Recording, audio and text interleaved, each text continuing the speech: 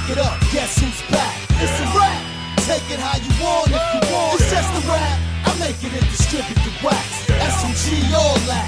Play a fallback. It's a rap. Welcome back to the Monolith Film Podcast. I'm your co-host, Lee Byrne.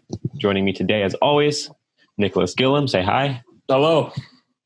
We've got some recurring guests today for our feature film. We've got Dante DePaganon and Joey Byrne joining us. Say hello, boys. Good morning. How's everyone doing? Good. Good? What are we doing today? I don't fucking know. We're doing bad biology. This one you've wanted to do for a while, huh? Yeah, I've been talking about this fucking weird-ass movie for a while now. Dude, this fucking movie was a wild ride. Yeah. Directed by Frank Henenlotter. Nick, you're familiar with his stuff. I'm familiar with his... I thought it was the classic, but then I talked to a mutual friend of ours who's into horror, and he said that Frankenhooker was actually the magnum opus. Oh, okay. I am more familiar with his hit Basket Case. Right. Which I love. The original, of course. Not Actually, 2 or 3. Give me one sec here. Gone. You gave this, or you lent it to me like 5 years ago? Yeah, I'm still waiting for it back. Gotta watch That is a classic, though.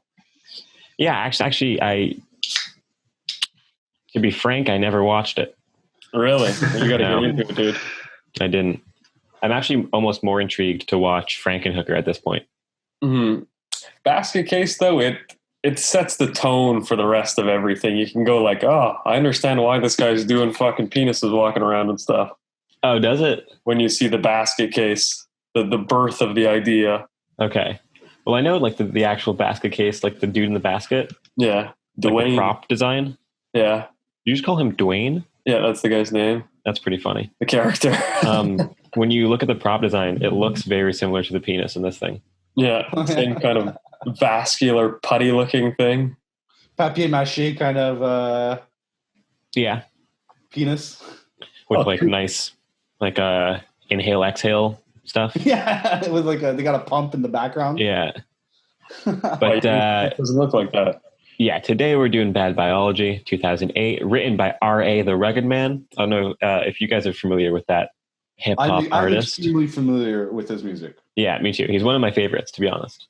He used to be one of my favorites, but then he got kind of like lyrical miracle, kind of thing. Yeah. With his rapping a bit, and like I saw this movie, bro. I was like, this is totally R.A. the Rugged Man. Yeah, dude, it's bleeding with his personality. Yeah, and it's not the best, I might say. Do you guys want to give a little intro to the Rugged Man, just for the people who are unfamiliar? Man, he's been around forever. He's an old school rapper who, due to mental illness and other reasons, kind of just killed his own career and then like went like AFK for fucking years and years and years. He just came out with his like second full length album in like 30 years or some shit. He's been busy. Apparently. But he's been featured on a lot of Jedi. Yeah. Army of the Pharaoh stuff, Mm.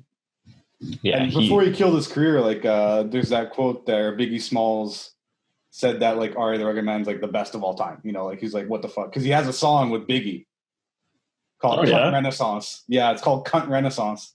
Yeah. Yeah, the dude was prolific before he fucking shot himself in the foot. Yeah, he's a wild man. Also, on one of the songs from Jedi Mind Tricks called Uncommon Valor. Yep. Forgot which album it was. I think it's Servants in Heaven, Something in Hell. Yeah, I think you're right. His verse on that is top 5 rap verses of all time. Yeah, it's a very well-renowned rap verse. Yeah, it's just insane. It's just like the craziest rap verse ever. Yeah, lyrically, it's like I consider on par with like MF Doom's lyrics, where it's like full bar rhymes and stuff like that. Yeah, but not only Very, that, very like good. MF Doom lacks a lot of. Even though MF Doom's my favorite rapper, he lacks a lot of meaning and theme to his music sometimes. Right.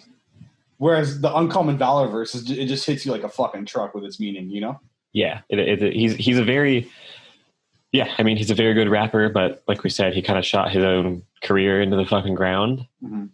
And like in the middle of like, I don't know, fucking 2008, he probably wasn't doing much. And he just fucking writes this movie out of nowhere. Have you guys seen the music video that Henenlotter directed? That's how they, like the one that they met on? No, I did not. Did you? No, I didn't check it out either. Yeah, me neither. Well, I'll cut this out and pretend I never said anything. Yeah, I don't even know what song it is. What song, Nick?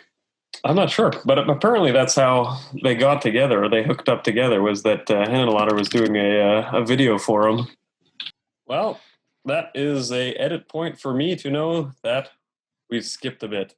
Couldn't find the video, but I'm sure it's fun enough. I'm sure there's little monsters and little penises rolling around and stuff. I hope so. But I mean, hey, let's get into bad biology instead, right? So fully produced by the Rugged Man. Yeah, pretty much. That means full creative freedom. So this is uncensored, unhinged. Henenlotter, Rugged Man. This is what they come up with. And their budget was so small, they couldn't get it rated because it costs like $1,000, I think, to get a movie rated. Okay. And they couldn't afford it, so they released it unrated, like straight to DVD or straight to VHS. Well, 2008, not VHS, straight to DVD. No theatrical release, no rating, because they just couldn't afford it. That rocks. And I think it might be on that disc that I've lent to you, the basket case one. Yeah. There might be an interview with Henenlotter. I think that's a ripped disc, though. I don't know if it would be case on it. Fuck. Probably in German or something. Fuck. Special features. Yeah. Actor commentary. Some interview with Henenlotter, and he goes, "We don't have enough money to make good movies, so we make exploitation movies." That's funny. Yeah, actually, I read an interview as well where he someone called him a horror director, and he corrected him. Yeah. He's like, "I don't make horror movies. I make exploitation movies." I mean, that's pretty much it, though. Yeah, pretty much. I mean, he's right. But for those of you who have not seen Bad Biology, it is a movie about a woman born with 7 clits, more than that, but 7 that are visible on the exterior. And she crosses paths with a dude who has a mutated penis. They're a match made in heaven. Yeah, the entire thing is all about just fucking.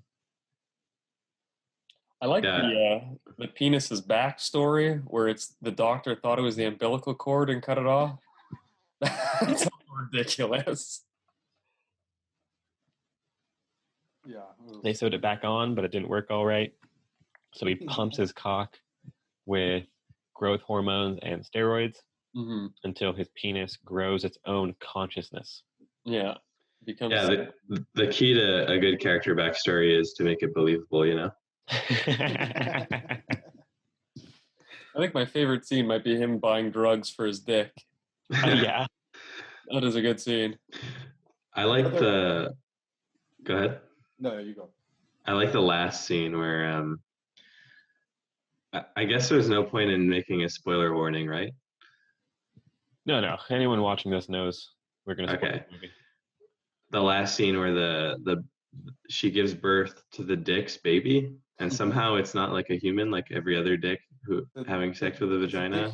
It's a dick human. Yeah, that was pretty hilarious. Yeah.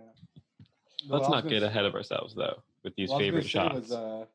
Was that in the drug buying scene? There's one of the producers, like hip hop producers, is playing the drug dealer. Yeah. Oh yeah. Yeah. Even the dude who plays the location scouter. Yeah. Or the photographer. Yeah. He was actually the location scouter for the movie as well, and he's also a hip hop artist. Getting all his buddies to work on it. Yeah, pretty much. So he wasn't really acting, that guy. It's just being legit himself. The shit they said about the Yellow Mansion, how it like used to be owned by Father Divine, like an old school preacher and shit like that. Yeah. All that shit was true. Oh yeah. Yeah. That's some low budget shit right there. Yeah, that's some so the low budget started right at the writing table. But was this everybody's first time watching this movie? Yeah, my first. Yeah. I'm the only one who's seen it before, eh? I will say probably in history. I will say that definitely don't watch it twice. No? Yeah, I wasn't planning on it. Gets worse. It does not get better on second viewing. Yeah. everything you get from it on the first time you watch it is exactly what you're going to get. Don't bother. It's funny. It's funny you say that because I usually like to watch the movies, especially when we cover them in the podcast twice at least.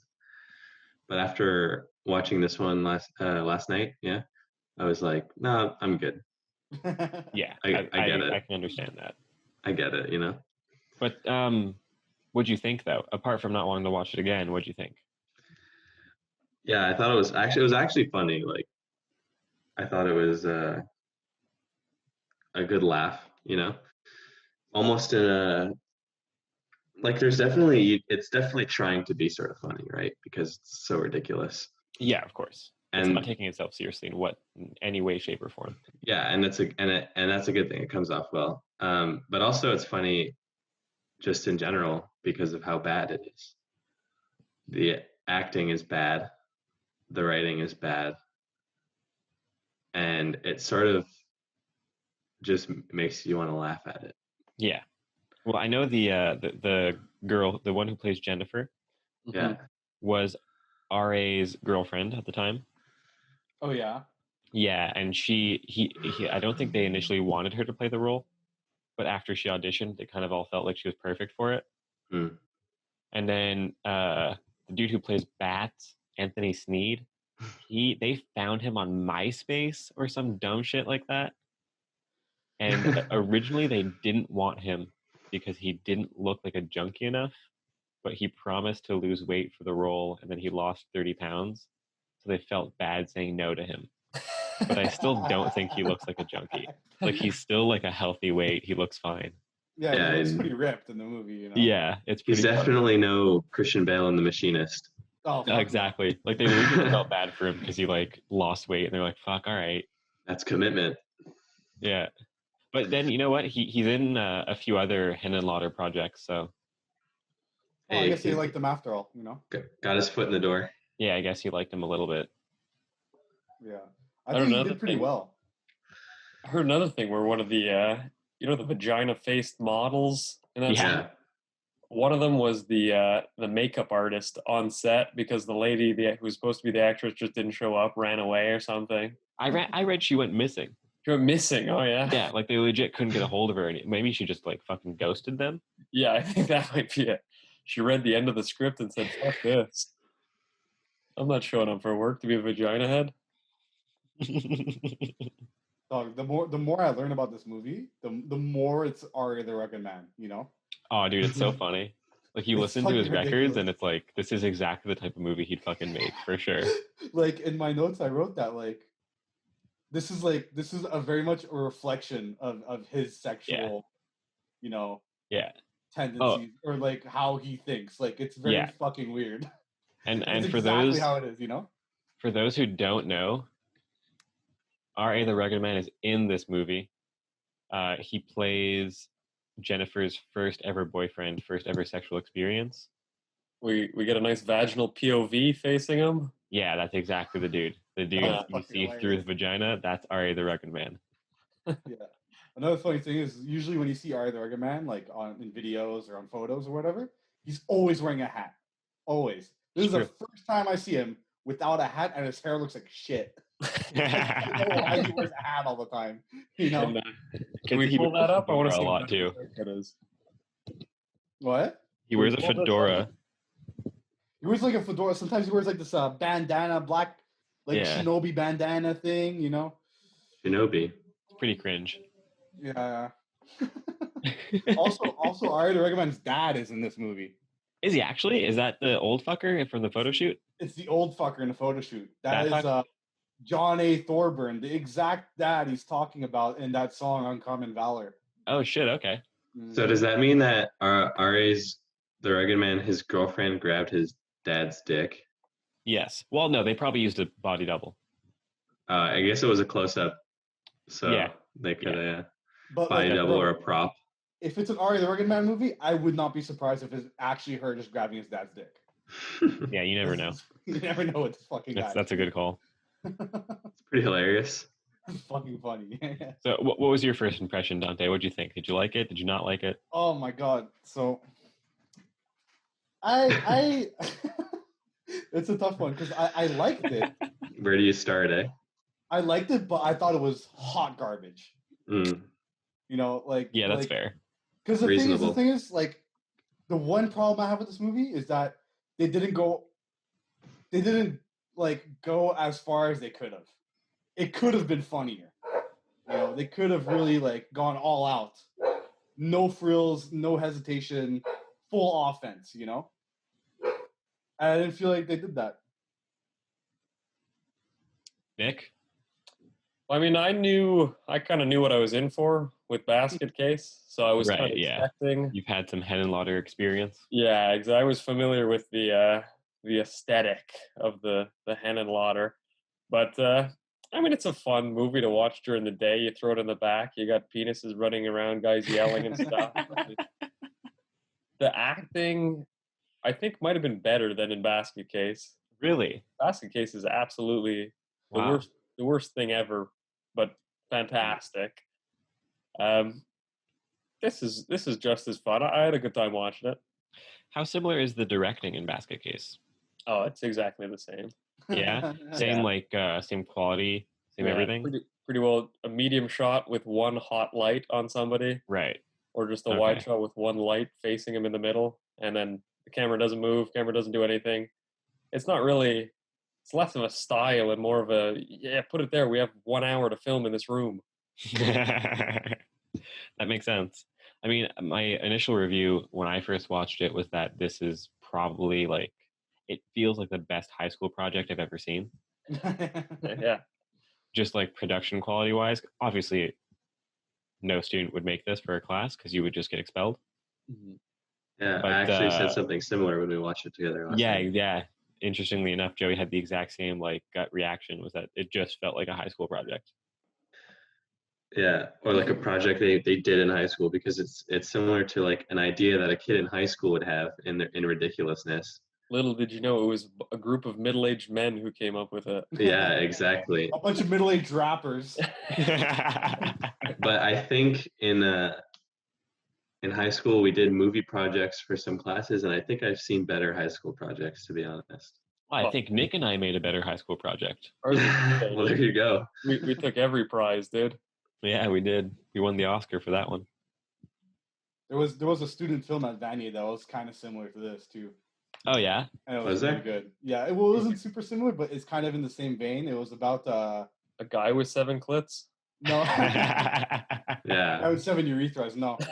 Yeah. It was about like these like Girl Scouts, and they were getting sexually assaulted by like a bunch of these guys on the street on their route, and the whole movie's about them taking back the streets, and they have a bunch of guns and like G47s and AKs, and the poster of the film is like a Girl Scout with a giant gun. You know, it's fucking hilarious. That sounds better. Oh, it was a great movie. Yeah, that sounds a lot better. It sounds like a bit of social commentary too. Yeah, I think the only social commentary in this is like, I don't know, like the furthest reach I can make is like, don't slut shame. I don't think there is any social commentary in this movie. I think it took more of a primal sort of psychological stance on the human psyche. You know, the obsession with sex and violence. I think you're right about that. I think for the most part, I've had more fun analyzing RA's psychology through this movie than analyzing the movie itself. Mm. Oh, for sure. Yeah. Like, I thought the social commentary was that, you shouldn't have sex with Ari the Rugged Man. That's just the public service. You shouldn't get with it. You know? Just a fucking PSA. Yeah, just the big thing comes on before the movie. Don't fuck R.A. the Rugged Man. Don't mess with any hardcore underground rappers. Especially if they're associated with Jedi mind tricks, you know? Dude, Vinny Paz is so funny in this. I love him. For those who don't know, Vinny Paz is like the dude in the scene with the vagina face models. Mm-hmm. He's the dude in the front who's like licking the mask and shit like that. Yeah. Dude, it's so fucking funny. He's the best acting in the whole movie too. The best acting? I'd say. Well, yeah, I don't think he's acting. I think he's genuine. He's playing himself. Yeah, exactly. he's playing himself. he's announced as Vinny Paz from Jedi Mind From Tricks. Vinny Paz and Reef the Lost Cause from Jedi Mind Tricks. Yeah. But it's funny because you know Vinny Paz is Muslim, huh? Yeah. I didn't know that. And this is like the most haram thing he's ever fucking done. Is this movie? Why? I don't think there's any pork in this movie. No, it's just sinful. Oh. Yeah, but I also thought like when you're talking about social commentary and like themes, like I thought like the main theme, it's kind of weird, like last time I was on audition, and this time it's like I felt the same way watching it, Yep, me too, dude. Me too. I felt the same way watching it. Like there's a slow burn the whole movie, and I'm waiting until the end of the movie. I'm like, the whole movie is just like exposition about their characters and getting to know them a bit and getting to know like. Oh my god, dude! Way too much exposition. This deep lore about these characters, and the worst part is that they tell you their exposition. They're not doing any camera tricks. They're like, "Oh, my cock happened, and this is what happened to me." He goes on a 20-minute rant about it. Yep. But like, I felt like I was waiting the whole movie for them to have sex, but by the time that actually happens, he's like, "Oh, my cock fell off and ran away and started fucking a bunch of other people." And I'm like, "What, bro?" Well, I was audition, got to the end, and he chops his legs off. He fucks the hooker first, right? And she. Yeah, orgasms for 45 minutes and then dies. Yeah. Seizure. Do you guys? That's funny you say that, Dante, because I sort of had the opposite reaction where after what is it like 15 minutes, I was like, I feel like it's almost over. Yeah, legit. We were watching it in the living room and like people walked in, so I paused it to let them like settle down or whatever. And Joey just looks at me, he's like, "It's almost done, right?" I'm like, "No, dude, this shit just started." I feel like it was wrapping up. Like, it felt like that. Though. Every 5 minutes, it's like when we were watching Lord of the Rings at your house, Joey. Oh yeah, of course yeah. And you remember at the beginning of the movie, Sam Gamgee, they're in the field, and he's like, "One more step, and I'll be the furthest away I've ever been from the Shire." And he kept making that joke every time he took a step. Yeah, every time. Yeah. That's funny. And he's at the fucking volcano, Mount Doom. He takes a step, and he's like, "One more step. One more step, and I'll be one more step." I feel like that was the same thing with this movie. It's like, oh, one more exposition and one more step. Yeah. Are they gonna have sex? Yeah. Yeah. What do you guys think of the special effects in this movie? The old when she lifts up in ecstasy while being railed at the end, or the penis cam, all these fun effects. Were you into them? I love the Eraserhead cameo. Which one was that?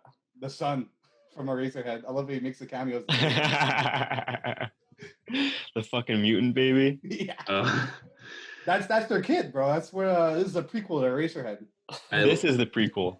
This is the prequel. Yeah. Weird. I liked the prop stuff. I thought it was kind of cool. I really dug the penis. I think they did a fucking good job. It looks funny. It looks stupid, but in a good way. It looks gross, man. Yeah, it's good. Oh, I love practical effects in any movie. Yeah, and like the pulsating effect, the throbbing that they had going on. That was a little bike pump in the background. Yeah, it was cheap, but it was nice. It was like the one I thought was a bit ridiculous though was his penis supposedly like fighting with him through his boxer shorts. Yeah, like a quick blur just going. Yeah, the noise bothered me more than anything. Yeah, that was a bit funny. Just a little slapping. And it sounded like fluttering. Like it didn't sound like a dick flopping in a pair of boxers or whatever. No, and it didn't look like there was. I mean, honestly, through the boxers, it didn't look like he was packing that much heat. But then when it came out to play, it was like, holy. Oh, dude, it's like a whole fucking arm. Holy moly, yeah. You got a fucking anaconda. Or like when he's writing on the desk and his dick smacking on the desk. Yeah, that was exactly. Like that scene, I thought like the director was trying to make us like he was trying to make us feel like, oh, what's under the desk? But like the second it happened, I knew I was like, oh, that's his dick. Yeah, of course. Right. What else would it be? Or like when he's talking to the actress of the movie, they're filming in his house, and she's like acting sexy or whatever to bug him because she caught him like spying on her. Yeah. And then his dick like knocks the boxes in between them, Yeah. That was good. the empty boxes, and then he turns and it's like a jump scare, but it's just his dick like knocking into some boxes. That was actually hilarious. He got jump scared. Yeah, he got jump scared and she got jump scared. But we didn't, which is fucking funny. No, it was just hilarious. Yeah. Yeah, I find it interesting because the first time I watched this, I didn't know it was Frank Henenlotter. Mhm. I thought it was just some fucking random dude like RA found on Craigslist or some shit. Or maybe himself. Because like I've heard of Basket Case from Nick, and I've heard of Frankenhooker from like a lot of other places. So I don't know. Yeah, it's Frankenstein, but she's a hooker. But once I watched this, I was like disappointed, man. It doesn't feel like there's much directing going on. It's like Lou, like Nick said, like, all right, let's fucking get this shot. This is what I want to happen. Make it happen. Whatever. Fuck it. I think the movie, they're more known for just the ridiculous plots than the actual anything else, because there's nothing else good about any of these movies. But I feel like even just like take 10 seconds to think about camera angle and your movie will be a million times better. But just like that scene, like the jump scare we're talking about with where he pops a boner and it moves the boxes and shit. Mm-hmm. Like, why would you choose the same lens you've been filming the entire movie with at the same angle, like mid-range, nothing's going on, nothing special? Like, you want some mystery. You want, like, I don't know, dim the fucking lights, don't make it broad daylight, do fucking something. No, but I mean, all that comes to budget, especially with lenses, you know? Most of these directors, they don't like, unless you're Stanley Kubrick, you don't own your lenses. You have to rent these things out, right? Well, this whole thing was filmed on, what's it called? Short end? It's like leftover film from other productions. Oh, okay, like leftover stock. Yeah. So they couldn't take many takes? No, I guess not, because like every time they loaded the camera up with film, because they would, you know, only have a certain amount of time to film before they ran out of stock. Wait, so they filmed it on film? I guess so. Not digital? I mean, you don't have short end on digital, right? That doesn't make sense. So I guess they did film it on film. Well, I feel like that's a weird choice if you're on a budget. That would be more expensive to shoot on film. But in like 2008, the digital would have looked so shit. Like unless you had it didn't look good though. even But you know what? It didn't look good, but it looked like a movie. It looked like a Canadian movie, to be honest. Yeah, it looked like it was filmed on digital like 5 to 10 years after 2008. You know what I mean? Like it doesn't look like Nick is saying, like if it was filmed on digital without like the top-notch cameras at the time, it would have looked like shit.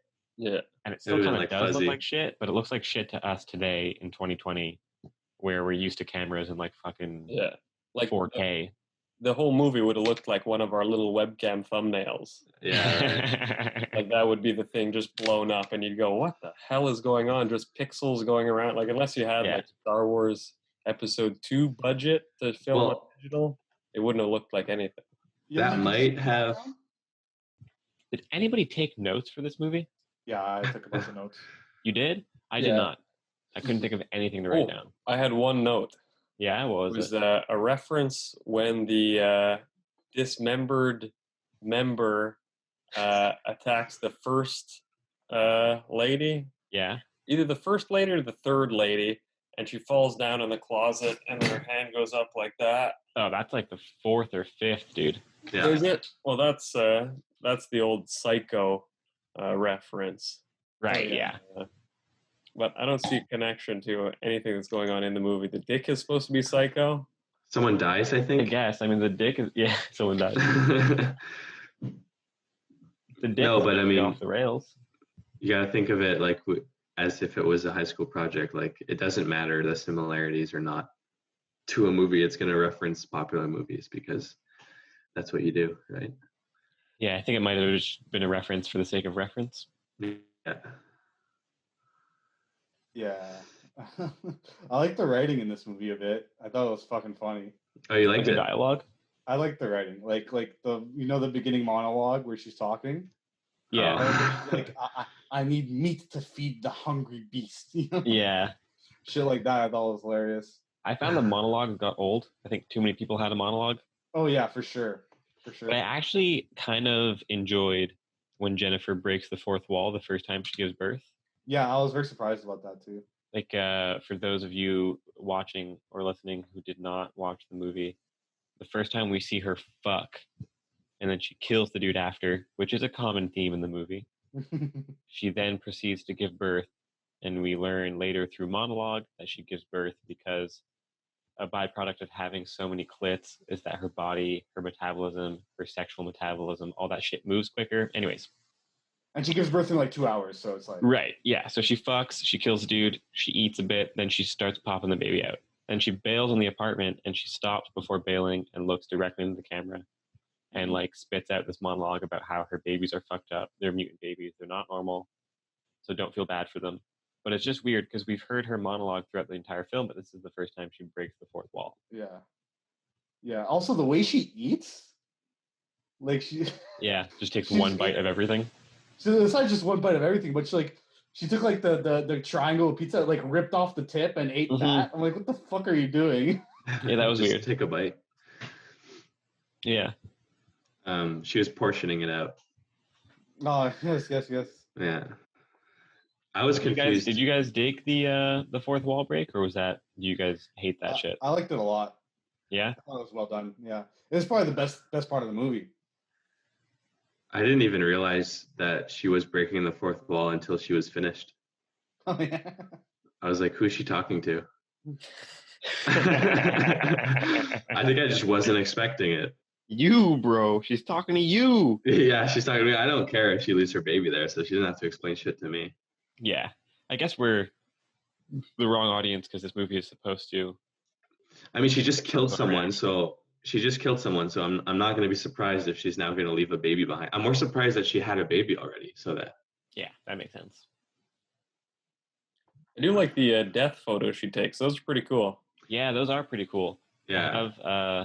That wasn't bad. And actually, the photos themselves weren't bad, too. Yeah. Dude, the photos were incredible.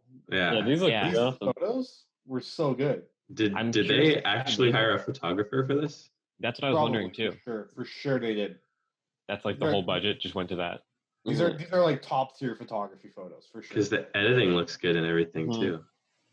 Some weird compositing.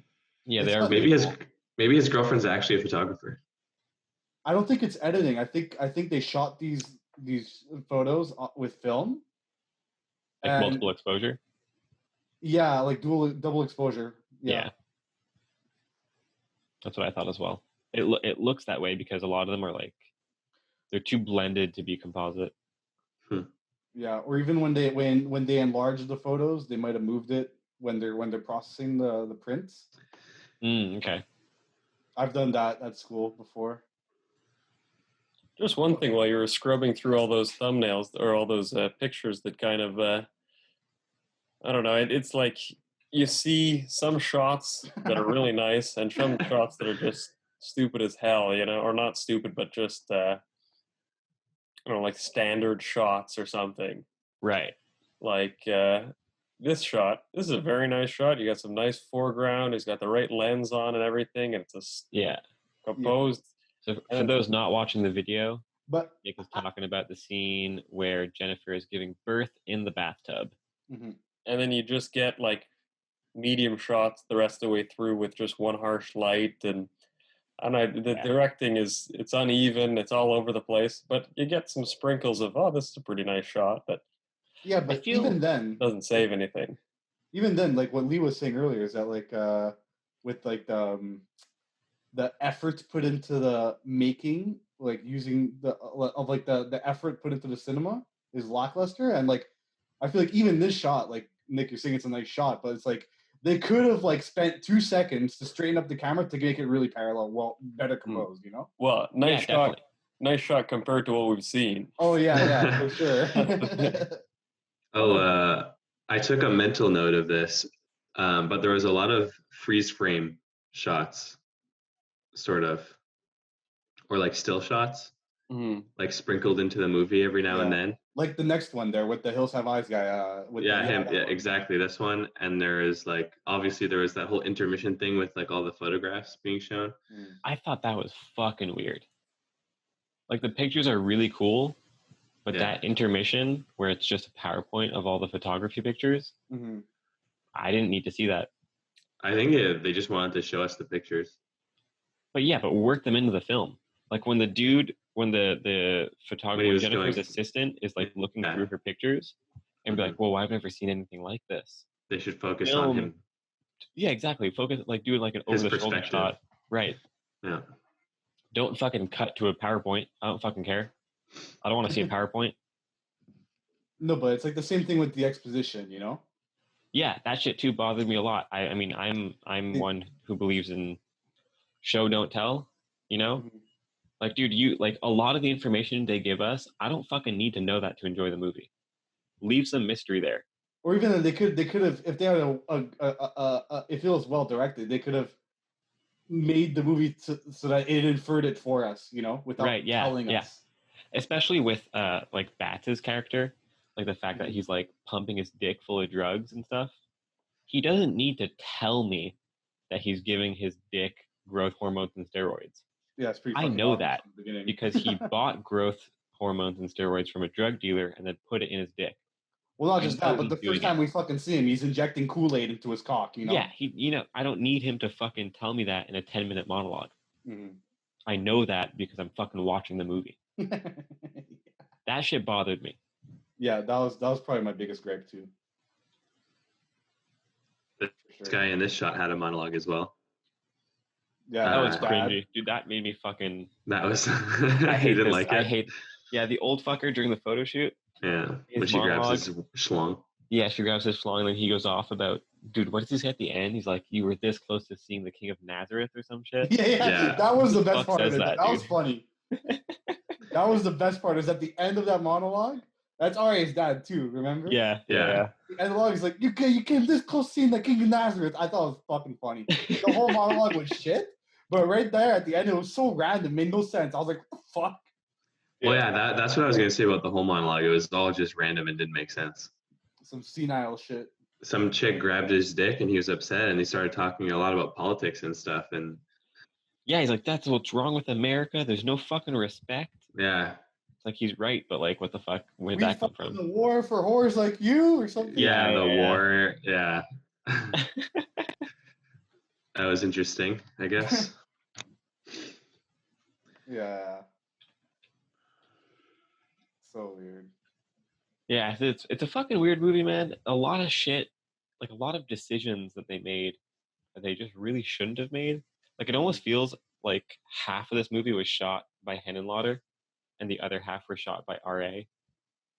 And like R.A.'s never directed before, so he has no idea what the fuck he's doing. He's just like shooting random shit. Well, the good thing there goes in blind is that he doesn't really know how to direct either, so. Fucking shots fired, eh? We should have emailed him, try to get him on the show. Yeah. I don't know. I feel like what happened was like a telephone game. R.A. told Henenlotter what to do, and then Henenlotter told the cameraman what to do. Or Henenlotter, I mean, R.A. was directing the movie, but Henenlotter was like holding the camera. You know, that's what happened. Yeah, they have a cameraman. Yeah, it's Nick Degg. Nick Degg, you saw him on the crew there. You go down. Okay, Nick Degg, cinematographer. Nick Degg. I don't feel like the cameraman got any instruction whatsoever. I think it was just film this scene, okay? Face this direction. Okay. Oh, point the camera there? Yeah. And, press the button. Point the camera where? Anywhere? You know how to work one of these, right? All right, good. Let's go. The creep. What are you looking for there, Lee? Oh, I'm just because you said, the makeup girl. Yeah. Wait, Richard Tarantino? Any relation?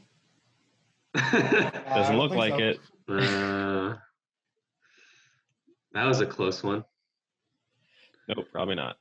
No. You had mentioned before, Nick, and it's something I had read as well. The makeup girl substituted for one of the models during the pussy face scene. Yeah. I was trying to see if I can find a picture of her online to see which girl she was. I think she would have been the one in the back without dialogue there. Yeah, I imagine so as well.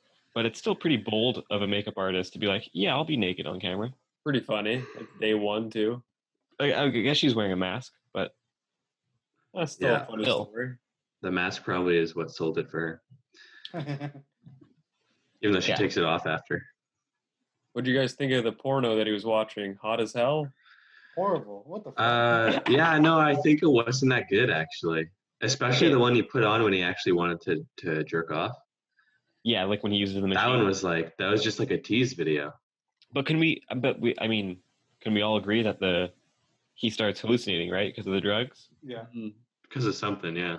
Well, because it cuts from like a video of like an actual porn star telling him to fuck her or whatever. Yeah. Well, you see, I didn't know if that was an actual porn star or like a woman in his life.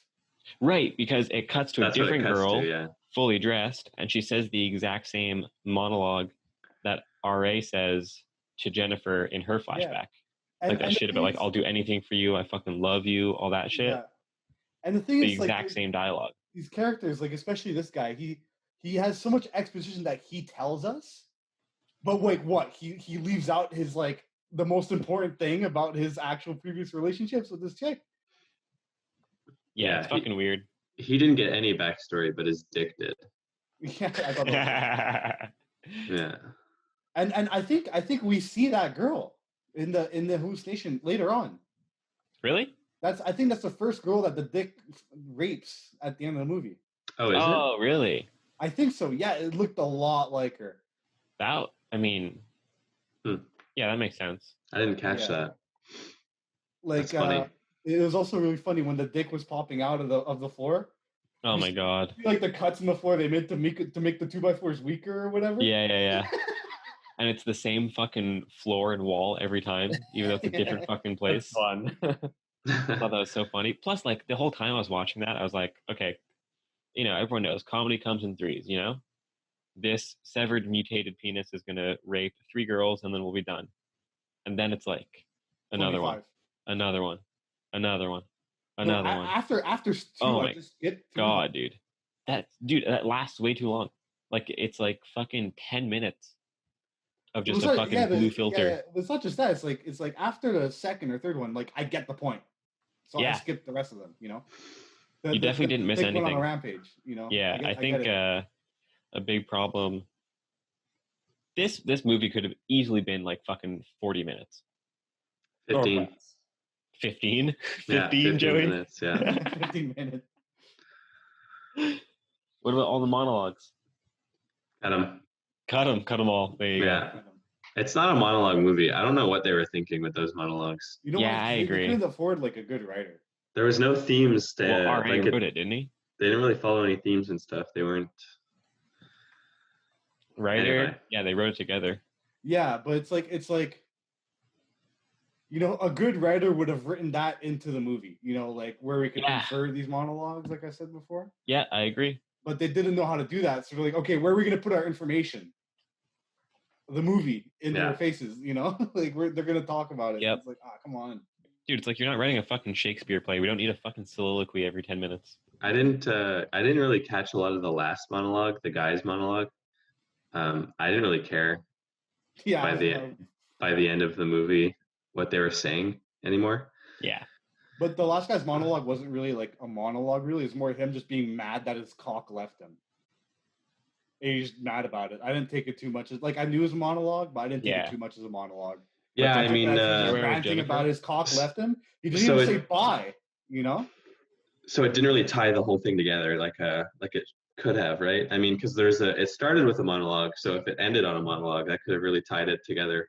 Well, it ends with Jennifer's monologue about how she's finally fucking God. That's true. That's another thing we didn't talk about, is that she wants yeah. God. Well, she's the chosen one. That's why he gave her 7+ clitorises. Right, exactly. Clitori? Clitori.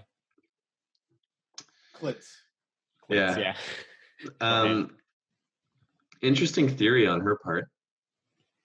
Yeah, I mean, whatever floats your boat, right? Whatever makes you hold That's on to reality. I was going to say grade A narcissism, like... Mm-hmm. I mean... Yeah, but I mean, she's definitely... It's probably safe to assume she's the only one in the world who has that condition, so... Yeah, right? Maybe.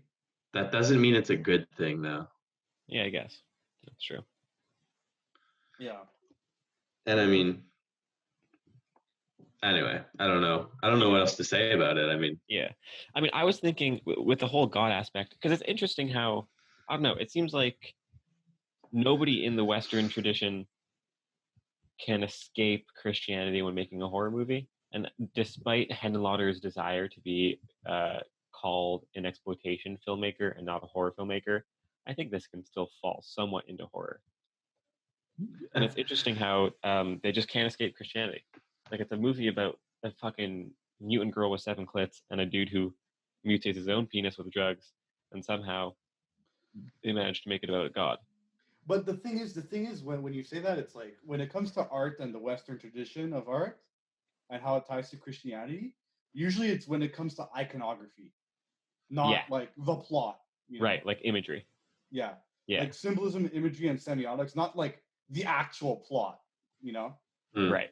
If that makes unless it's like literature and you're like referencing the Bible, because like, you know, a lot of Western literature, you kind of have to reference the Bible at some point, you know?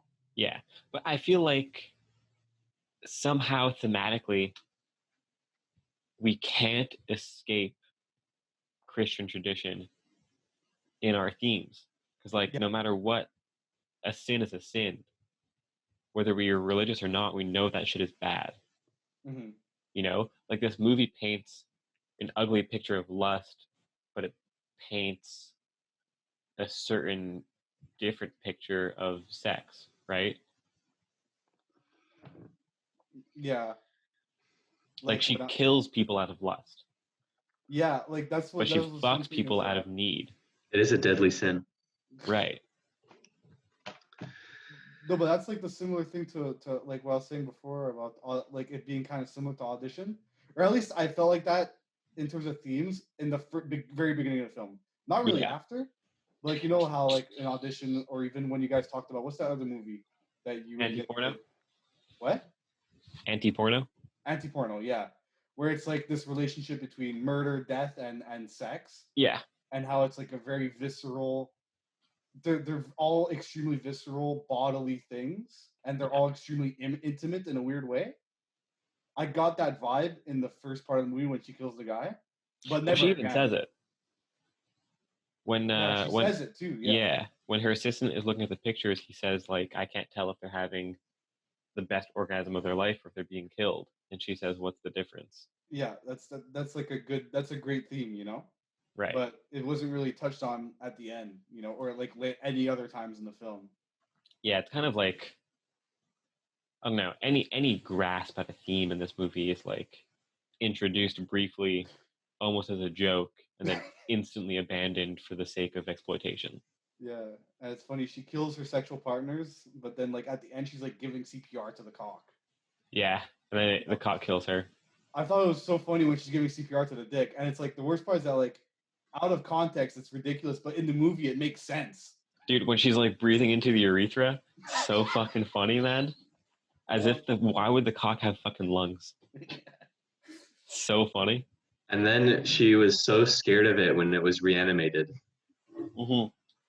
It's like, yeah, she almost was like, no, don't. Well, didn't she say? Wasn't she not down afterwards? Yeah, I don't know. She wasn't down afterwards. Yeah. Why though? Well, because she was scared, like you said. Yeah, but she has. Have you? Okay, I guess she hasn't seen the inside of her own vagina, but that shit was scary too. Clits were like moving around in there. Yeah. Like critters. Like what? Little critters, little creepy crawlies. Yeah. I wonder, do you think Henenlotter has ever seen a clitoris? You can never locate it. Well, those things were fucking weird looking. Yeah, I mean, what would a clitoris look like from if it was inside of a vagina? I can't imagine it looking that different. You're asking 3 men that. We don't know the fucking answer. No, I'm asking like it's like a hypo. Think any of us know what a clit looks like? No. Well, I mean, oh man, I watch hentai. I mean, we I've can watched just Bad Google Biology. it. I know exactly what it looks like. Yeah. Which one? Fuck.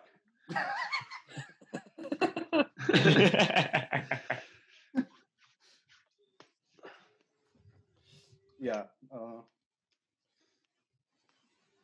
What do you guys think in the movie, that one scene where he's buying drugs for his cock and he's at the junkie's house and that bitch shows up and she's yelling about her, what's it called? The Jimmy something? Jimmy Jam. Jimmy Jam. The fuck is she talking Jim. about? Bro, I have no fucking clue either. Yeah, what do you think her Jimmy Jam is? I don't know. I thought she was just like what's it called? She was just jonesing. Yeah, I thought she was fucked up, Just jonesing for something hard, Was that supposed to be a comedic scene or like a gritty, dramatic scene? I think everything in this movie is supposed to be comedic. I hope. Yeah. I thought he was gonna rape her. You thought, whoa. What was that? I thought he was pulling out the R word. Oof. I thought he was gonna rope her. I thought his mutant cock was gonna go out of control. Yeah, nothing happened. He was just nothing really upset happened. about it. He just went into the bathroom and shot his cock with some steroids. How dare you wear underwear in your own house? That whole part. They were dusty though. That whole part with the chick and her underwear and the Jimmy whatever the fuck. Yeah. That was such a useless scene. Yeah. That whole part. Yep. Was so useless. Like, what was he saying? What? What was the guy saying? He's like, "You dumb bitch." Yeah. He kept calling her a dumb bitch, and it was like, wow. You live together. Yeah. He said, "What's that dude from Breaking Bad? Junior? Walt Jr.? Yeah. His son? What disease does he have? MS? Yes, MS. No, he was talking about Bell's palsy in this one. Oh. Yeah, doesn't he have cerebral palsy? Oh, yes. Yeah, he does. Yeah. Oh. Yeah, that's what he said. I never watched Breaking Bad, so. You gotta watch Breaking Bad, my guy. It's a great movie. I watched the first 3 episodes. It's better. Then it gets a lot worse. Oh, does it? Then it gets a lot better, and then it gets okay. Does it get worse like Game of Thrones got worse? No, it doesn't get that bad. Okay. Good. Ending was very good. Did you watch the movie? The little short film? No, I didn't. El Camino? El Camino. I didn't. Did you? That's incredible. That was Is it actually? great? It's a really great ending to the TV show. Okay, I'll watch it. Because I was hesitant. I wasn't sure if I should or not. I'll watch it. It's probably the best possible way they could have ended the show. Oh fuck. Okay. Yeah. Okay. I'll watch it. What did you guys think of Better Call Saul? Great. I love Better Call Saul. I stopped watching after like the 2nd season, I think. Yeah, but it adds a lot to the world building. I like Saul's character, and I like how he starts off like almost innocent, and then he gets corrupted by the world. Mm-hmm. That was cool, but it didn't keep my interest. I mean, maybe that's another pod though. Definitely. I don't know. Do you guys have anything more to say about fucking Bad Biology? Yeah, I think definitely for another pod, but I don't have anything else to say about Bad Biology. You guys want me to read you my notes? They're really funny. Oh yeah. Give us some shit. Yeah, Let's go. All right, so I'm gonna go. This is in chronological order, right? I was taking these notes as I'm watching the movie, right? Okay. So first, I'm gonna start with the first one. Meat to feed the hungry beast. Lol. Rest in peace, pill bottles, because he has like 1 billion pill bottles. Actually, I would like to talk about that scene. Yeah. I think. Wait, which scene? The first time he has the pill. Wait, he injects. Follow cam. Where it's following bats through his mansion and he's searching for pill bottles. Like right after this scene that we're frozen on with Jennifer in the bar. The first ever time we see bats. Oh, I loved when he injects and he does that screaming face. Yeah. That was incredible. That was really good. I thought that whole scene was pretty cool. Mm-hmm. I liked how dark, like it was all fucking dim lighting, follow cam. You weren't sure what was going on. Pill bottles everywhere. He's freaking out. He's butt fucking naked. And I liked it. I think I liked it even more because that scene lacked the exposition every other scene had. Yeah, at that's that one point, way. we don't know who Bats is. Create the exposition into the film. Yeah, that was cool. I dug that. But I love the shot of him yelling with his face like that. Mm-hmm. It reminds me of like an Aphex Twin music video. You know what I'm saying? I do know what you're saying. Yeah. Yeah. So Okay, go on. Next one. I wrote, "Tell me about those tattoos mid-sex," because when she asks him. Oh yeah, that was fucking. I'm like, also the thing is, that sex scene was so horrible. Yeah, it was. Who has sex like that? It's like every sex scene was horrible. Yeah, what do you mean that one? Yeah, they were all terrible. They were, dude. None of them. I wrote, "What the fuck is this sex scene? It looks like they're wrestling." They're just rolling back. And then I just wrote, "This is how R.A. the Rugged Man has sex." Yeah. And then I wrote, "What the hell am I watching?" Word. And then I wrote, "The old man's rant sounds like R.A. the Rugged Man when he talks." Then I figured out that, it's his dad. Right. Yeah, they do have the same accent. Yeah, and then I wrote, "These are actually really good photos. Good concept photos, too." And I'm like, "She fucks the guy from The Hills Have Eyes." Yeah. And then I wrote, that was fucking funny. The nymphomaniac definition. You know when she does the definition of nymphomaniac? Yeah, that was fucking stupid. Yeah. That was so stupid. Like real nymphomaniacs, they have orgasms like 200 times a day. Yeah. That's like it's like an actual thing, Yeah. But she's saying that's not a real nymphomaniac. I'm a real nymphomaniac. But she has sex like 5 times in the movie? It's not like she's having an orgasm every 2 seconds like a real nymphomaniac. Yeah, and didn't she make it sound like guys can't be nymphomaniacs? No, she said something about nymphomaniac being a term developed by men who are scared of females. Oh, yeah. Yeah. That sounds ridiculous to me. Yeah. And then I wrote, there he is, the Rugged Man himself, because it was the scene where it's like the flashback of her first relationship with Arthur. Yeah. And then I wrote, I'm not surprised that this is the type of woman RA is into. And then I wrote, nice crack pipes. When she pulls out her glassware with the electric. Yeah, dude. Look like a bunch of crack pipes. Yeah, that's what I said. Yeah. Is it what you said? Yeah, I was like, those look like crack pipes. What's she doing? Shit. What the fuck were they, though? I still don't know. Just like electric stimulation, I guess. I don't know. They're like some Tesla coils that. Yeah. Tesla coils. The lav lamps were really big, and then they had these like spherical lamps that when you touch it, the lightning bolt kind of like zapped your finger a little bit. It didn't zap your finger. It didn't zap it though. It just was attracted to where your finger. Right. Yeah. Yeah. I think it's just like little gadgets like that, but in the movie, it's made to look like she's experiencing some sort of like zapping. Yeah, electric shock stimulation. Electrical stimulation. Yeah.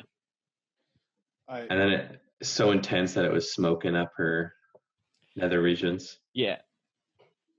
Yeah. So, and then I wrote that looks like in the part when they're in the pizza place, and the girl's like talking about the guy with a 10-inch cock.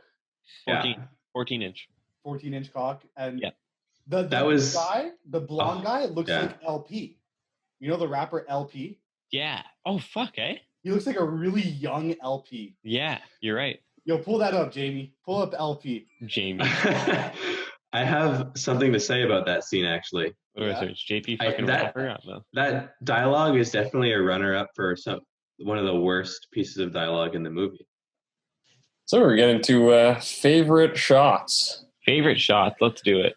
Now, unfortunately, for those watching on YouTube who have been used to the video feed for these past few episodes, this movie might be too explicit to show every scene. So that's why we haven't been scrubbing through the movie like we usually do. So our apologies if we don't show the scene we're talking about. If we don't, it's because there is explicit nudity and YouTube would not allow that. Get kicked. Yeah. I mean, do any of you guys have a shot? Your favorite shot is too bad biology for YouTube. Not really. I don't think so either.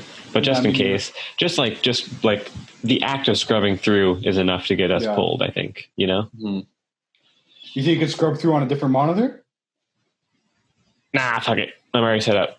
Fuck it. All right. Joey, you want to start? Favorite scene? Yeah, sure. The end, because the movie was over. Hey, credit shot. The shots. No, my favorite was, but it was the end. It was my favorite scene. Favorite shot, though, you said? Favorite shot or favorite scene? Well, either one. They both count. Favorite shot might be the one of the still frames. Very I don't know which one. I can't decide. Those are my favorite shots. Like I don't know which one. They're all sort of good in my opinion, but sort of good is as good as you can hope for. But favorite scene, yeah, probably the last scene. The climax. Haha. So levitation, or you mean the fucking pussy blood splatter with the dick birth? Yeah, all of it. All of it. Well, I enjoyed the. I think the pussy splatter dick birth was a good shot. It's not my favorite, but I did enjoy it. That's my favorite. Don't ask me to explain why. No, that's fine. Why? Nah, who knows? Who knows, man? Dante, favorite shot, favorite scene? What's up? Favorite shot was when after she fucks the guy from The Hills Have Eyes and she's giving birth in the car. Oh, cool. Yeah. Yeah. And that was actually a really good shot where she's giving birth in the car. Yeah, I agree. Where you see like her face through the crack, like through the broken window. Yeah. And it was very well composed, that shot. I like that one a lot. Yeah. It was either that or the shot where Ari the Rugged Man's looking inside her pussy. Yeah. That was just fucking funny. Yeah, right there. Yeah. Yeah. Those are the two favorite shots I wrote down. And my favorite scene, I don't think I have a favorite scene. Cool. Nick, favorite shot, favorite scene? I'm thinking my One or favorite the other? scene would be the drug dealing scene, just because it's so ridiculous. Okay, cool. Not good, but fun enough. And then Yeah. maybe the last shot too, the blood pussy birth. That's fun enough. Oh yeah, it was nice. I agree. What about yourself, Lee? I do quite like the over the shoulder naked bats running around looking for drugs in his apartment. I thought that was fun.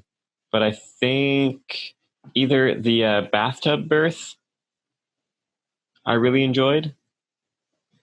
I think it definitely could have been composed better and framed better. But compared to the rest of the movie, I think they did a pretty good job. Apart from that, I liked the pussy electrocution. The smoke coming up. Yeah, I thought that was nice. I thought that was a good shot. Actually, come think of my favorite scene would be Bats going through the apartment. It's a good scene. It's well made. Because of the way of his reaction at the end. I think they did his face very well. Yeah. That was very cool. Yeah. And of course the photography montage, it kind of like put such a harsh pause in the movie. Mm-hmm. But those pictures are so good. Yeah, they're very good pictures. Like, I wish they would have just put those in the end credits. Yeah. Yeah, that would have made more sense to me. Huh? Mm-hmm. That would have been a smart thing to do, though, Lee. Right, yeah, of course. And this movie is anything but smart. Exactly. Asking for a lot. Are there many reviews for this one? Yeah, I was just going to ask. You would be surprised. That's probably the best Letterboxd. There's one fan. Oh, not bad. But there's at least 1,000 reviews, I think. Oh, well, let's jump into them because I'm excited to see what people say. Yeah. So I'm using my personal account because I recently paid for the pro membership. That way we wouldn't have to deal with ads. Ooh. No free advertising on the podcast anymore. Ooh. This podcast is sponsored by Rage Shadow Legends. Nope. No, it's not. Don't you fucking dare. Nope. Don't download any of that shit. Don't do it. Yeah, don't get a VPN, just Tor. But yeah, my original rating was 3 out of 5 stars. I use a different rating system than the podcast, though. So if you want to know what mine is, check out my Letterboxd account. My original review was, I think I mentioned it before, it's the best high school project I've ever seen. Mm-hmm. But let's check out some 1-star reviews or half-star. I could give it a star and be nice, but man, it's so bad. Yeah, okay. The arc is given to a penis. All right, that's a good review. That rating could have gone either way. Yeah. It could have been a 5 or a half. This flick somehow manages to be simultaneously misogynistic and misandric, which leads me to believe that its target audience is made up of resentful asexuals. The makers of this god-awful movie must have a genuine hatred for the act of sex because it is exclusively portrayed as a grotesque, unpleasant experience.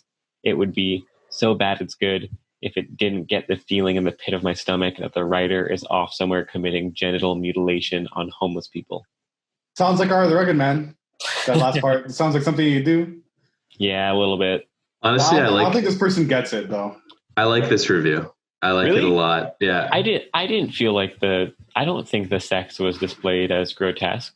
No, I don't agree with it. Okay. I just like it as a something that you put out on the internet. I think it's nice. All right. I don't see how it's misogynistic and misandric. No, me neither. What does misandric mean? I know what it means, but for our viewers, what does it mean? So misandric is like misogynistic, but directed towards men. Oh, interesting. So it's saying. So you didn't know what it meant. So did you know what it meant or not? No, that was a joke, dude. I don't know what it fucking means. Okay, yeah. So it's like the directed towards men of misogyny. Okay. I don't see it as, and okay, the act of sex is definitely negatively portrayed in the movie. I mean, it always ends with a murder. Isn't that normal? Well, normal, no. It's a joke. Well, I don't know. Everyone dies, right? Anyway, yeah. Everyone dies and everyone has sex. So, right. Well, I mean, okay. Sorry to the incels in the chat, but whatever. Don't apologize to them. Fuck, they don't deserve it. I don't want to get shot up in the next shooting, so. This is definitely a lot more PG-13 than a lot of different animes. I can tell you that for sure. Hey. Yeah. I don't think sex is. It's definitely not positively portrayed. I mean, I would disagree. Oh yeah. I think it's beautifully portrayed. Yeah, well, she loves it so much, she's going to the ends of humanity to get it. Yeah.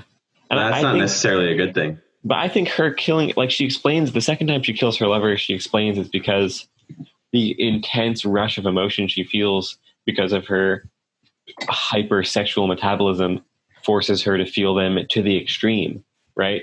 I think that's beautiful. I like that. I don't think that's grotesque at all. Yeah, but it's also like, she has 7 clits. You know how amazing sex would be if you had 7 clits? I'd be doing it all fucking day. Right. Which is, again, not grotesque to me. Mm. So I don't see it. It doesn't seem unpleasant either. She's enjoying it. She's taking pictures and shit. I don't think Bats is enjoying it because his penis has its own consciousness. So it probably feels like he's having a devil's threesome every time he fucks. I think you guys are actually insane. So it's definitely negatively portrayed. I mean, she ends up drenched in blood half the time sometimes before she even finishes having sex. What's so negative about that? Are you kink shaming her? I'm not kink shaming her. I'm murder shaming her. Oh, that's just as bad, I think. If it's just as bad, then yeah, sure, that I'm kink shaming her. All right, moving on. The N movie number 6. I don't know. This guy seems like he has his own kind of little rating system. All right, so fuck him. Yeah, fuck him. That's not English. You want to read it anyways? All right. Embora exista uma idealização, I don't know. Is it Portuguese? Well, you got to finish now. I'm not reading all of it though. Wait. All right. What about this one? Just pure trash. Not even enjoyable. Not even enjoyably bad. Just feels like a preteen's attempt at erotic fanfic performed by the most unqualified and bizarrely untalented ensemble possible. That's true. Technical production is garbage too, from the props and effects to the camera work and sound engineering. There's an annoying echo on almost every scene. Just miss this one, please. I agree with everything after that first little sentence. The first sentence. Trash? Yeah, the first sentence and a half. Not even enjoyably bad? Yeah, I think it is enjoyably bad. Yeah, I think so too, yeah. And I think it's not pure trash. It is mostly trash. Yeah. And all the rest is pretty accurate. Definitely I agree. I don't know, man. I kind of dug the props. Good for them for doing practical effects. I really liked it. I enjoyed it. Yeah, okay. I liked it. They weren't good. I think they were, dude. I think it was. I think they served the movie fine. Yeah, I think it. But I think very also cohesive with how the movie is. like if this movie was so shit and it had really good props, it wouldn't make sense. You know. That's true, but I think it adds to the enjoyably bad. I think which requires garbage. If the camera work and the lighting were better, the props would have looked a lot more realistic. Mm-hmm. I think the prop wasn't the problem. I think the cinematography was the problem. Because I think the prop was actually really fucking well made. I mean, it was all right made.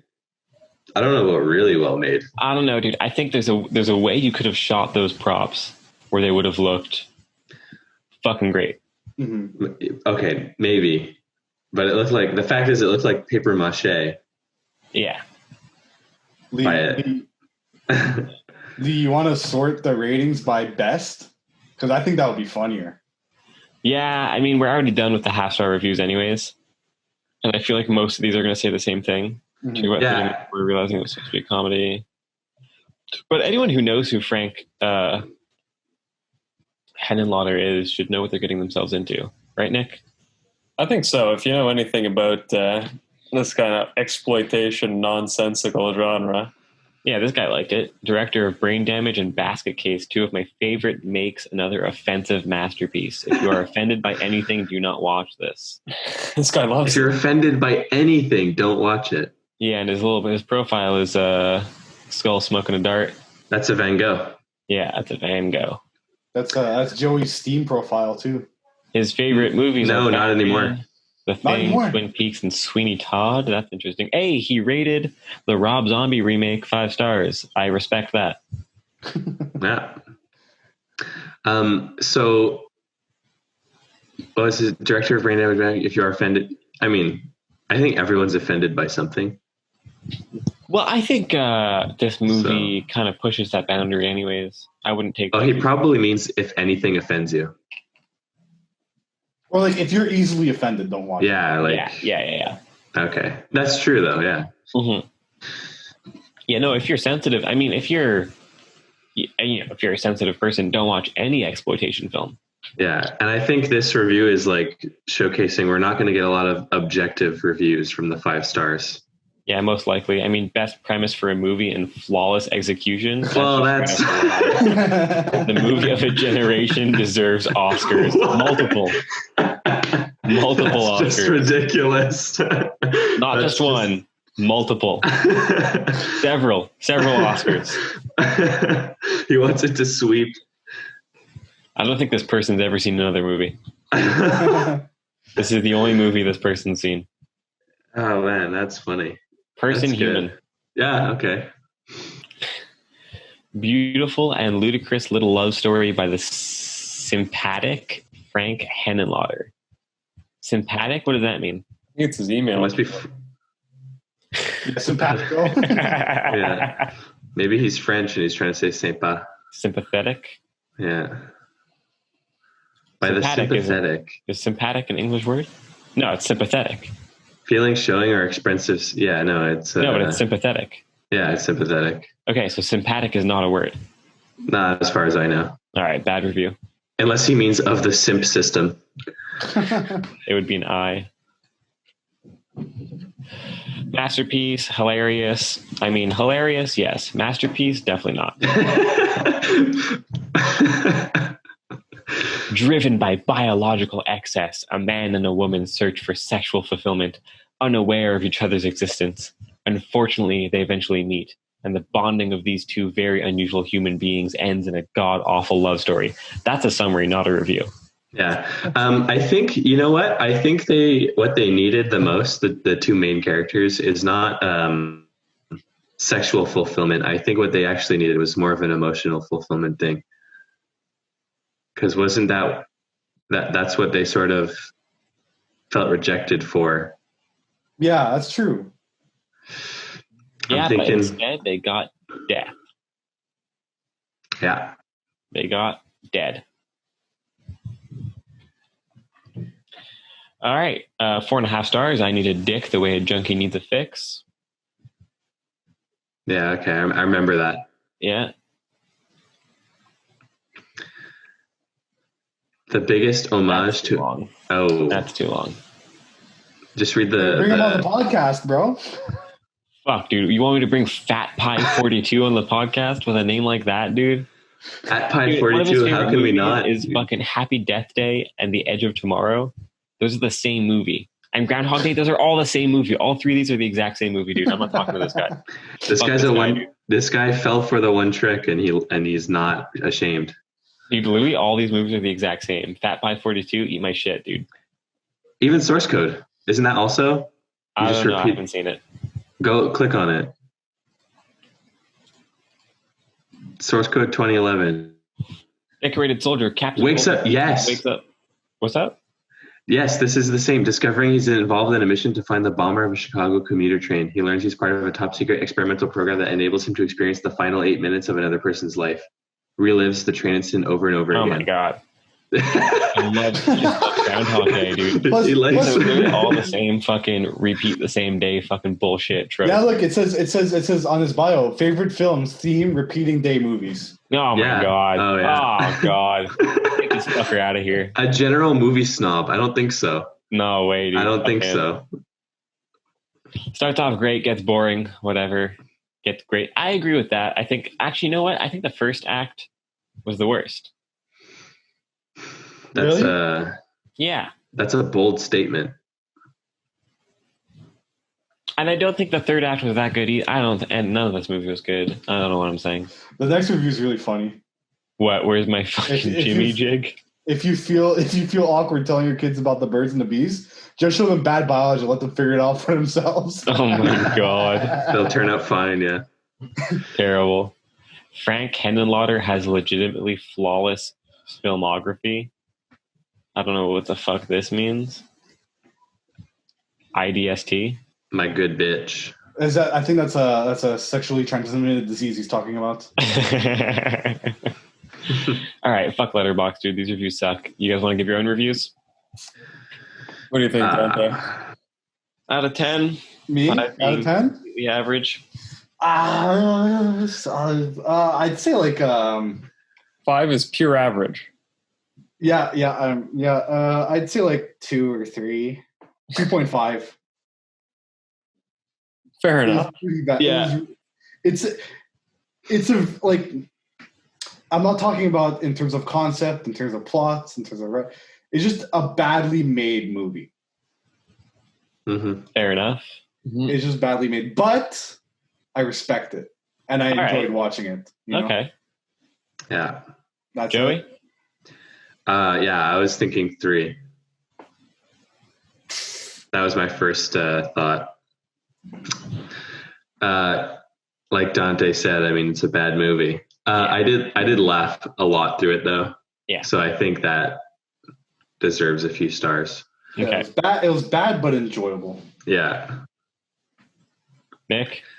I got a little soft spot for it because, Basket Case is so much better. But okay. You just like Henenlotter, eh? Well, Basket Case is the archetypical terrible movie that you just love to watch because it's so fucking bad. But this doesn't have enough bad where you want to see it again and again. Okay. And it's got little hints of stuff that could be good, but it's never done, like it's never successfully completed. Just for like the potential to be something either really bad or average, I'm going to give it a 4. Oh, you know what, Nick? I was going to give it a 4 as well. There you go. Because as dude, like technically speaking, and just like watching it, it's bad. It's just bad. Mm-hmm. But you know what? I've seen a lot of movies that have tried a lot harder to be good and failed that I think deserve worse than this movie. So this movie gets some credit for at least being self-aware, not taking itself too seriously, and just fucking being a joke and enjoying it and just fucking around, you know? And it is fun to watch. It is fun to watch. I enjoy watching it. I mean, I'm not going to watch it again for a while. I've seen it enough for now. But every time I watch it, it's funny. So fuck it. I'll give it a 4. Fuck, I didn't think of that, man. I kind of want to change my review now. I'm not going to. Like, dude, like watch the fucking Emoji Movie. That's like actually trying to be a good movie. And that movie fucking sucks. Like, at least this movie is like, it knows it sucks. It's a fucking joke and it knows it. You know, it's self-aware. I can't believe you've brought that up. Next pod, we do Emoji Movie. No, dude, fuck that. I'm never watching that again, dude. There's no fucking way. You guys are on your own. I have a question for you guys. Yeah. Do you guys think the movie would have been better without Ari the Rugged Man being a part of it? Or do you feel like Ari the Rugged Man is too much a part of this movie's spirit? No, I don't know if Nick and Joey can answer because they're not familiar with RA, but I think this is literally the only, there's like an infinite amount of parallel universes. In every parallel universe, and only one of them where R.A. the Rugged Man makes a movie, it is always this movie. Okay. Good like, answer. This is literally R.A. the Rugged Man's fucking DNA inserted into a fucking film stock. So you're saying it wouldn't be as good if it was just Henenlotter? No, it would not. I agree too. But I feel like Henenlotter should have had a bit more agency when it comes to the production of it, you know? I think maybe if RA wrote a script and then sent it to Henenlotter and said, do whatever the fuck you want with this shit, I don't care anymore. It would have been better. Yes, I think so. Okay. Yeah. I don't know that. I think maybe get Henenlotter out of it completely and just do it. Okay. Not very good. All right. Good. Yeah, I think just get a whole new cast and a whole new crew, and you might have a chance of making a good movie. Only underground New York hip hop artists. No one else. No one's allowed to be in it except for fucking just get Immortal Technique in here. Get all of them. Fuck it, dude. Right. Yeah. Oh, get MF Doom in here. Everyone. Fuck yeah. Everyone's got to be in it. He's gonna hire MF. If we get MF Doom, he's gonna hire someone else to fill in for him. Oh, you know what would have been great is if Filthy Frank directed this movie. Oh my god, Filthy Frank. What? There's no way, dude. The best. He would never do it. You mean Joji? Shut the fuck up. Shut the fuck up, all right? You mean Joji, dude? We're talking about artists here. No, I'm talking about Papa Franco, all right? Pink guy. Pink guy forever. The Francis of the Filth. Hey. If this movie's anything, it's fucking filthy, all right? That's true. That's definitely true. This has been the Monolith Film Podcast. Thanks for watching. You can find Nick and I on Instagram through the Monolith Film Pod account at Monolith Film Pod. Find us on Twitter there as well. Email us at themonolithfilmclub@gmail.com. Send us your own reviews, movie requests, suggestions. Tell us what we're doing wrong, whatever you want. We're going to read it and make fun of you no matter what, so it doesn't matter. Definitely tell us what we're doing wrong. Yeah, Joey Byrne, thanks for joining us. Thanks for having me. Dante DePaganon, thanks for joining us. Fuck you. Wow, Jesus Christ. Okay. Anything you boys want to plug before we bail? Follow me at daffy.dante on Instagram. There you go. Joey, nothing, eh? Follow Dante. Oh, okay, there you go. Well, until next week, fucking watch the movies, watch the podcast, tell literally everybody you know about us. It's just the rap. I make it and distribute the wax. SMG all that.